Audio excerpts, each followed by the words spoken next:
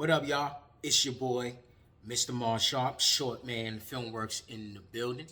And I got another video for y'all today. And as you can see, my hair is still growing, both on the top and on my face, which means it's still No Shave November. And if y'all can remember from the last time, in the last video that I put out, that No Shave November is basically a representation of men not shaving. And it's basically in the support of testicular cancer and prostate cancer, and just basically taking care of men's health. So, men, if you're out there, and I know a lot of us are afraid to go to the doctor. Me, myself, I'm pretty much not afraid to go to the doctor. I like going to get my annual checkups and to find out if everything in my machine is running as smoothly as it can run. But all us men gotta go out there. We gotta get those checkups. We might not like to go through what we need to go through, but we need to do it just so we can make sure that we taking care of ourselves. Me myself, I'm getting at that age. I'm 41 years old, so I know my prostate exam and finding out all about that other good stuff that's going on down here in that region is coming up. And I can tell you right now, based on family history, my father died from prostate cancer, so I need to definitely make sure that we get that checked out. But I don't want to make this a PS. I don't want to make this a PSA. But just make sure at us being men that we check ourselves out, get our regular checkups, make sure our health is good to go, make sure we always keeping ourselves active and keeping ourselves moving and running, because as we get older, we got to make sure that we keep on taking care of ourselves. All right, so that's the whole purpose of this No Shave November. I'm sticking to it. I got about, today is the 24th, I got 6 more days to go, and then I'm gonna free myself up of all of this hair that I got going on. So I'm gonna shave my head back to being bald and do down my face. So probably I ain't gonna say probably, in the next coming videos, y'all see me all cleaned up. All right, so with that being out the way, got another video for y'all on the Everyday Man. I can't remember the name of my own shit. The Everyday Man film reviews. All right, today we're gonna be going over the 1980 classic, and I know I'm referring to all these movies as classics, but we're going back to the 1980 classic of The Blues Brothers, starring John Belushi and Dan Aykroyd. I was about to say Jim Belushi, thinking about his brother. Is it Jim Belushi or James Belushi? I don't know. They both of their names are with J's. So thinking about John Belushi, but John Belushi, Dan Aykroyd, starring in this 1980s movie. I was born in the 80s, so I can't tell y'all that I went to the movie theater to see this movie because I was pretty much a baby. I don't even think I was born yet when this movie came out, because I believe this movie came out in the summer, I believe, because I think when I looked it up, I think it said it came out in like June of 1980, and I wasn't born to July, so there's no possible way that I would have seen this movie in the movie theater. What I remember is actually watching this movie with my brother probably around when I was about 6, 7 years old. It used to come on Channel 11 all the time, and we would sit down and watch this movie all the time. I don't know what it was about this movie, but we just kind of just fell in love with this movie and watching this movie. I think it was the music, and it was just a cool movie just to watch, man. And just watching this movie, and just going back to the memories of just sitting down in front of the TV, watching this movie once again, having our popcorn, having our popcorn made, and we kicking back watching this movie, and we would just kick back and enjoy this movie. All right, so I didn't really remember too much for this movie, so I had to actually go back and watch this movie a couple days ago just to kind of refresh my memory, because even though you see it when you're younger, you don't really remember too much of it. But I've seen this movie so many times, but from me watching it a couple of days ago, I hadn't seen it in probably about, I probably hadn't seen this movie in maybe about 2-3 years. No, probably longer than that. Probably about 4 years since I actually seen this movie. So I had to kind of get a refresher and just retweak my brain and just remind myself of what was going on in the movie, because I remember bits and pieces, but I had to kind of just get it together before I did this review. All right, so I actually did some research this time, so I won't be stuttering and going over my words and everything like that. But getting to the basic gist of the movie. All right, so pretty much I think this movie originated from an SNL skit, which actually was taken to film, and in the film, the Blues, pretty much Jake gets out of prison, and his brother goes to pick him up. Elwood, which is played by Dan Aykroyd, and Jake, which is played by John Belushi. Elwood goes to pick up Jake from prison, and they go back to the old orphanage that they once grew up in. And it just so happens that the orphanage is about to get shut down and getting taken over by the Board of Ed, which I really didn't understand why orphanage would be taken over by the Board of Ed unless they're going to turn it into a school. They didn't really dig too much into why the Board of Ed was taking over the orphanage, but in order for the orphanage to actually stay open, they need $5,000, and I get in the '80s time that's a lot of money. If you count that now, probably inflation is probably so much less than what it was back then. But they need $5,000. So pretty much the Blues Brothers go on this mission to basically get the band back together.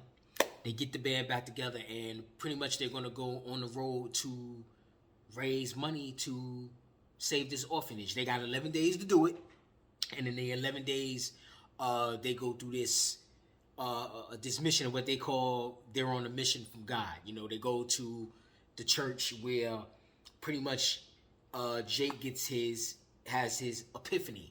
He has his epiphany that, hey, you know, we're going to get the band back together. We're going to get the band back together, get back on the road, start making music again, start touring. I guess their way of touring. We're going to tour. We're going to make this money for this orphanage. You know, a lot of stars are in this movie. You know, you got, once again, Dan Aykroyd is in this movie. John Belushi is in this movie. James Brown is in this movie, who plays the Reverend at the church. I think his name was Cleophas Brown, I believe that was his name. But he plays the Reverend. You got Aretha Franklin in this movie. Shaka Khan is in here. Ray Charles. John Lee Hooker, who I believe he was a blues singer. So many iconic faces is in this movie. You know, Carrie Fisher, Princess Leia, she's in the movie, which she has a really funny role in this movie until you find out what's going on. But she has a really funny role in this movie. And I think I said John Candy was in this movie. You got my man who was in 21 Jump Street. I can't remember the actor's name, but I think he played the police captain, black dude.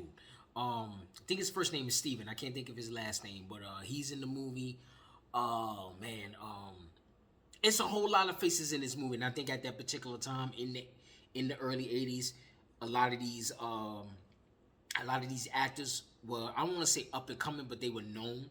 And if they weren't up and coming, you were starting to get to know them and get used to seeing their faces. So seeing this movie when I was younger kind of introduced me to a lot of old school music. You know, didn't really know. I knew about James Brown, and I think around this time when I started watching this movie, James Brown was actually in Rocky IV.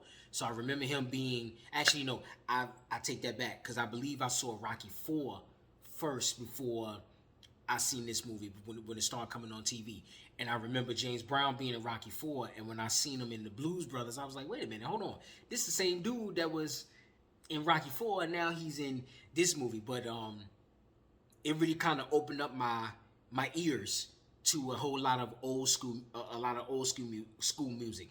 And when I hear it now, you know what they call oldies but goodies. But when I hear this music now, it's kind of just timeless music that you listen to, you know, and it's just, you know, it's a great movie to watch, man. It's a musical, but it's also a comedy. And I'm not much on musicals. It's not too many musicals that I watch, but if it's an enjoyable musical where they not just singing throughout the whole movie, I can enjoy the movie. You know, it's a couple of musicals that did like that. Like, I enjoy Dreamgirls. Dreamgirls is one of my favorite musicals of all time. And I guess people won't consider What's Love Got to Do with It almost like a musical. It's a biopic, but it's got music in it. So I kind of put this movie in the category of being like one of those movies that's a biopic where you got the music in the movie, but you also have the music as well, and the music is not dominating the entire film. So I put this film in that category of being a musical, but it's not.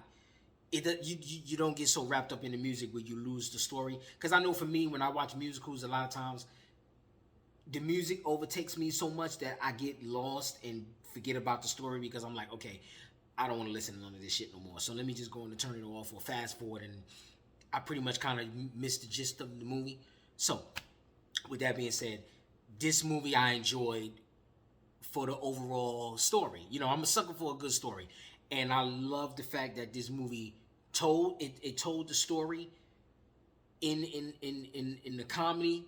I don't want to say action, but in the comedy sort of sense, but also too, the music drives the point across. You know, they're the Blues Brothers, so you know they the Blues Brothers, and they're into that old R&B bluesy type music. So you gotta have some kind of music inside of the film, but it's just not overran by the music. And you know the music, like I said, the music drives this point home, and it serves the purpose of the movie. Whereas you know you hear these songs, and I think it's I want to say I think well I say I believe that in watching these movies it's paying homage to all of those cats that came before, making way for old R&B. You know, cats like Ray Charles, who's also in the movie. Ray Charles is in the movie, and like I said, James Brown is in the movie, and you know John Lee Hooker, he's in the movie. Aretha Franklin is in the movie. So not only are these singers, or not only is the music in this movie, but you know you got a couple of the singers in the movie too, and the Blues Brothers band too. They some bad cats as well. You know, they some bad cats too in playing. Now, I would figure, and the way I'm guessing, I'm thinking that this is actually the actual band that's actually playing in the movie, and I should have probably did a little bit more digging on that too. But they're actually playing in the movie, and then they're actually in the sequel, Blues Brothers 2000, which didn't really like that too much because they was kind of rehashing what they did in the first movie. But let me finish with the first movie, and then I'll push a little bit on Blues Brothers 2000. You know, but you know, I love this movie. You know, anytime it comes on, I still watch this movie. I still get a kick out of it. A lot of the jokes and a lot of the stuff that's going on in the movie, I still find it funny. I found it very funny with Carrie Fisher's character. You know, she just appears out of the blue in the movie, and she's trying to kill Jake for whatever reason. You know, you don't know why she's trying to kill Jake. First, she fires rockets at them at first. Doesn't succeed. She blows up the hotel that they're living in. Doesn't succeed. She gets a flamethrower and tries to pretty much light the phone booth that they're in on fire, and doesn't succeed at that. And then finally she gets down to actually getting, you know, having a rifle by them, and she's shooting, and then you finally get the gist of what's going on with her. And pretty much Jake left her at the altar, and he leaves her at the altar, and she's pretty much just a bitter, scorned woman who just basically like, yo, you left me at the altar. I had my mother there. I had my father there. I had the wedding party there. I had all this going on, and you just never showed up and just left me at the altar. So now she's on this hell-bent mission to pretty much get her revenge and pretty much take him out. You know what I mean? But you know, it's funny because he goes to this whole begging rant, and he's making up these excuses like, hey, this happened. My car broke down, and I just couldn't get there, and he breaks it down. And then she's still stone-faced until, you know, he takes off his shades and he gives her that look, and she just totally just breaks it down. And then once he breaks it down, he breaks it down, gives her a kiss, tell her, all right, come on. He tells Elway, all right, we got to go, and pretty much just drops her where she's at. So those who've seen the movie, y'all know exactly what I'm talking about. Funny scene, man. And then it's a really, really, really, really, really funny scene. But I liked her character as well, you know. Just kind of her just showing up, but then you get to find out exactly what's her motive behind her trying to kill Jake. You know what I mean? You know, but going through the movie, you know, they go through, I don't know, it's to me, it's like a journey movie. You know, it's a journey movie, and they go through all of these different things just to get the band back together. And the car scenes, the chase scenes, these are some of the most iconic chase scenes in a movie ever seen, man. Ever seen. Like, and once again, to me, I hadn't seen anything like this until the Blues Brothers. And for it to be kind of like in a comedy aspect, it makes it even more funny. But the chase scenes are just awesome, man. From the mall scene, the mall when the car's in the parking lot, and the car just goes through the mall with the police chasing them through the mall. And I mean, you can literally tell that they actually filmed this scene to actually just tearing them all to smithereens. I mean, they smashing and shit and going through stores and backing up and coming on out and going through kiosks. They tear the whole fucking mall up. But it's funny. It's funny, but it's also enjoyable to watch because it's just straight comedy, man. It's just straight comedy. And if you think about the Bluesmobile, this is kind of, I don't want to say it's like, if you think about iconic cars in movies, to me, I think this is one of the most iconic cars in a movie. It jumps it jumps a drawbridge. It smashes through a mall. What else? What else does this car do? It does backflips. It does backflips. It's speeding through the streets of Chicago, and I mean that last scene where they leave the concert to get to the county assessor's office, I believe, going to Chicago, man. That last scene is always going to stand out in my mind as one of the best car chase scenes in the movie. To me, it's always going to stand out as one of the best car chase scenes because that car seemed like it's going about 200 miles an hour going through the streets of Chicago. It's a scene where the car is underneath the L, and I mean, the car is fucking calling. It's in the words of Kevin Hart, the shit is haul assing. And I think they really actually did this stunt where they actually shut down the street. And it's not sped up. Because if you look at, you got to kind of watch it a couple of times. This one particular scene, you would think that the film is sped up. It's not sped up. It's just the car haul assing underneath this L. Going, the car had to be going about a good maybe 80, 90 miles an hour. Now, I could be exaggerating it because it's shot, the way it's shot, you see it going from one side and it's speeding through the other side of the camera. And like I said, it's not sped up because if you actually watch the scene over and over again, you have the people on the street actually looking at this car speed past them, and they're in normal speed. This car is just haul assing through the streets. You know what I mean? But it's just an amazing scene, amazing car chase, and then finally at the end, well, when they get to the county's office. I want to say the county office. I think it's the assessor's office. When they finally get to the office, the car has taken so much shit that it just actually just falls apart. Literally, it falls apart when they get to where they have to go. Amazing scene, man. Amazing scene, amazing moment. It's just kind of like you, as you watching this movie, with this car doing so much shit, you like, man, how can this car actually go through all this? And then when it finally breaks down, it's kind of like, I don't want to say it's a satisfying moment, but it's kind of like a satisfying moment where you was like, yo, this car finally broke down after all the shit that it's been through and all the shit that Elwood put this car through. It finally breaks down and can't do no more. So that's why I'm like, it's satisfying. You hate to see the car break down, but it's also satisfying because it's like, yo, what more can this car do? You know what I mean? So I always found that amazing, especially as I got older and I watched this movie.